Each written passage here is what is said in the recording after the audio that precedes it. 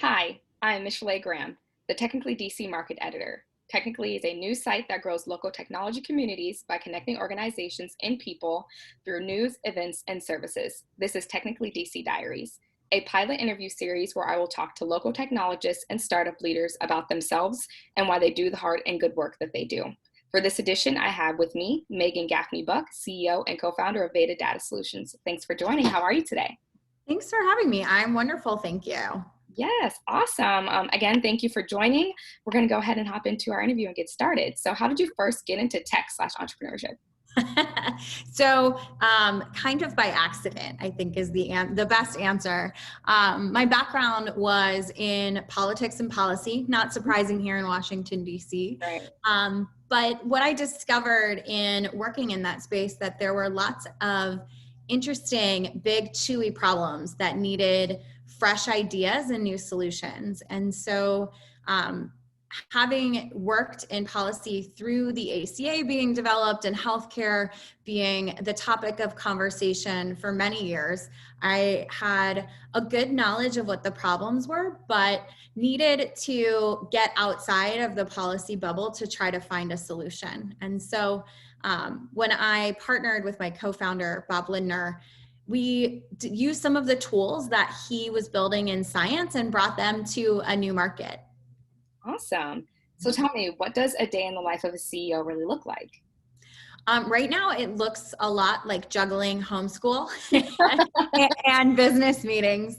COVID's been really interesting for us. We're working from home like many other people are right now, and balancing lots of things. But the focus of my day generally is helping everyone else that works at Veda do their job well. I see my role as CEO as kind of the chief enabler of the company. So I try to hire the very best, smartest people I can. We've built a very diverse and creative team, and my job is to give them the resources that they need to be successful. Absolutely. So, can you go ahead and give our listeners an insight to what Veda Data Solutions actually does? Sure. I'm guessing most listeners have actually had the experience with the problem that we solve. So you get a brand new insurance plan, maybe you got a new job, or you're going out on your own as a new entrepreneur and you sign up for a plan on the healthcare exchange here in DC. And you're going to look and see if you can find a new primary care provider. Maybe you need a flu shot right now as we're going into flu season. And not surprisingly, for folks that have had this experience, about half of the information on health insurance websites that direct patients to find care is inaccurate. Some of that is because the data changes very quickly. People are moving in and out of different health plan networks. Providers are moving from residency to private practice. Some of it is also because the systems, the kind of roads and bridges of healthcare infrastructure, haven't changed much since the 1990s. And that means that integrating with things like front-end websites is a really challenging job. And so what Veda does is take modern tools and machine learning and AI and provides automation in place for health insurers.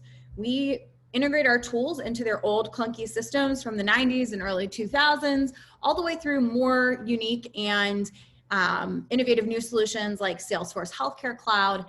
And we help them clean and update data about providers and facilities, and do that in a really fast and efficient way so that patients can access care quickly and without any of the hurdles that they're used to jumping through. Awesome.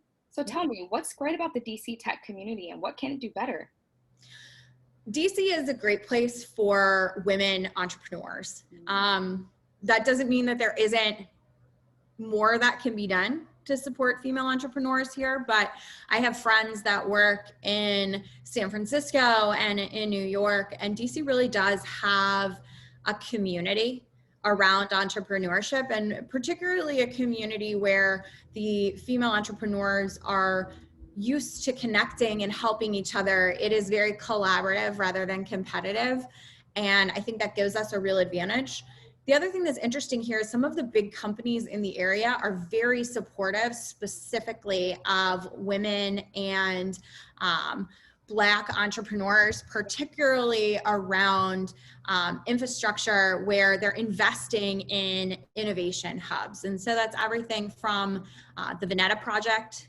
It's supported by big companies like Capital One and Booz Allen, and really innovative work to lift up entrepreneurs at places like Howard that make this a more open community to become an entrepreneur than other places in the country. So, I think that's a huge advantage. On what DC could do better, DC can be a very expensive place to start a business. Oh, yeah. So, and live, right. And live. And so, when we've done work with the city and with the economic development arm in the mayor's office, I think they're really trying to figure out how to make starting a business more affordable and more open to everyone who has an entrepreneurial vision. But I think it's part of our job as entrepreneurs and journalists in the community to keep talking about that, because equity in entrepreneurship really means that you can afford to start a business, and that means you can afford to live while you're starting a business. And that's a challenge that I'm focused on, and I want to see entrepreneurship in every ward. And that means we need to think about what we as a community and as the city of DC can do to make that possible. Awesome. You kind of just started touching on what my next question is about. How are you working to keep the community connected during this unprecedented times, or any initiatives that you care about that are going on? Yeah, I am a mom of 2 DC public school students. So I live in Ward 6. I'm over just off of H Street. I think there's a lot going on in the educational community and businesses working to partner with students to learn about entrepreneurship early. Yeah. I actually just signed up to volunteer to be a mentor to folks here at Eastern High School in Ward 6. I think it's really important for the business community right now, and entrepreneurs in particular, to look for opportunities to connect with the public schools in the area to start educating folks about opportunities in entrepreneurship, especially now when things like college career fairs and more in-person opportunities for kids to learn about building a business are shuttered and shut down at the moment. There's still some virtual opportunities where we can be reaching out, and I think that's something that can be really exciting for young people too. Absolutely. So you actually already touched on this a little bit as well, but I'd love to hear a little more. Sure. How has your work-life balance been since working from home? What do you love and what do you not so much like about it? Balance is kind of an overstatement. It's more like teetering on the edge of a roller coaster. No, I think it is a challenge for everyone. It's been humbling for me. The thing that I love about it is I get to see my kids a lot more than I used to. I was commuting. I had to do, events in the evening on occasion, and it was hard to make it home and spend quality time with them. And I get little snippets of 15 minutes throughout the day where I get to see what they're doing and kind of connect with them, play a game, futz around on the floor with Legos for 10 minutes in between conference calls. And that's been really great. The thing that's most challenging, I think, is I miss being in person with our team. Yeah. We have such a great office culture and company culture. There was so much that happened and was shared in the morning around coffee, or, Friday lunches in the conference room when people were batting ideas back and forth. And I miss their energy, and I miss getting their ideas and people stopping me and giving me feedback. Like, all of that is challenging to recreate digitally. Yeah, that's absolutely understandable. So switching from talking about that, what does recharging on the weekends look like for you? What do you do for fun? So right now, it is lots of time outside. Yeah. We're trying to spend as much outside time as we can while the weather is good. So love to go and rent the kayaks down at the wharf and get out on the water. In my neighborhood, spend a lot of time at Lincoln Park. Yeah. The fences around the statues are down now, so we can fully enjoy our community parks without the police presence, which has been really nice for the kids. And I also have taken up learning guitar, strangely enough, which I never would have Really? had time to do. No, I never would have had time to do that. And my son was interested in learning. And so I'm kind of picking it up as well. And that's been a fun new pastime. Wow, that is awesome. Yeah, I think people are underestimating that quarantine is going to get a lot more depressing once the winter hits. So Right. I too have been trying to spend a lot more time outside with my dog. So Yeah, definitely get that outside time in. that's right. So where do you hope to be in 5 years? Where do you hope Veda Data Solutions to be in 5 years? Yeah, it is. It's funny because I can see 5 years down the road now, and I couldn't even a year ago. I think it was really hard to see where we would be. Um, I would love to see our future as a leader in this infrastructure of technology in healthcare. And I mean that by saying there's been a lot of investment in patient care and using AI technologies for things like diagnostics and developing new drugs or new patterns of care or ways to access patients through apps and things like that. But healthcare is woefully behind in infrastructure building and making data easily accessible and driving down those administrative costs. And as I look forward in the future, I'd love for people to reflect on Veda as a transformative force within healthcare to free up money for patient care. And that's really what we're all about, is driving down administrative costs. The point isn't to drive up profits. The point is to make enough money available in the ecosystem so that every person can be cared for. We can't do that with 20% and greater administrative overhead. It's the highest in the world. And so we really want to be the leading force and the voice for transforming healthcare so that there's enough money to take care of everyone. Absolutely. So what motivates you every day? Kind of, I assume this work Yeah. that you're working on. Yeah, COVID's been an extraordinary motivator for us. We've seen both where data problems have created anxiety and trouble getting resources to the places where they need to be. I see the future of cost really within the healthcare system. People are going to be dealing with the impact and the effects of COVID on their long-term health for a very long time. I mean, we're already hearing about these long haulers in the COVID during the COVID epidemic, and healthcare needs to adapt and change to be able to take care of these people and to take care of them with the quality of care that they deserve. And so I'm continually motivated by that. I'm also motivated as a female entrepreneur. We're building a company in a way that is not in the Silicon Valley mold. We do things like, have mandatory numbers around our first round interviews need to have women and people of color in every round. And we force people to go and look under every rock for the most qualified people. If they don't feel like they're qualified to apply, we're going to seek you out. We're going to see your work and we're going to pull you in. We want to do things in a different way.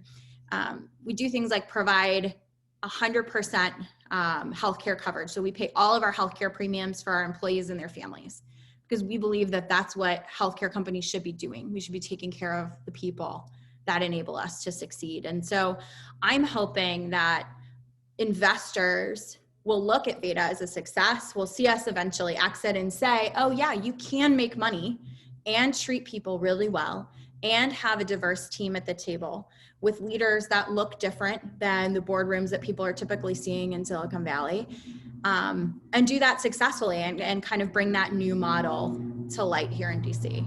Absolutely. I love that. All right. So if you could describe yourself in 3 words, what would they be?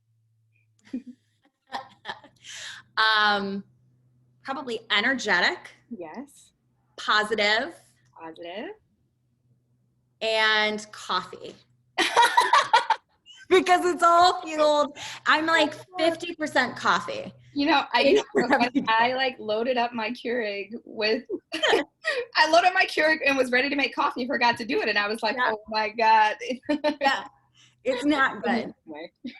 Right. That's it, right? Like we're all going 100 miles an hour all day long, trying to create something exciting. And so, I try to get up every morning and just be a positive and have a positive outlook about what's possible. And hopefully we'll see these things kind of come to fruition as the company grows. Absolutely.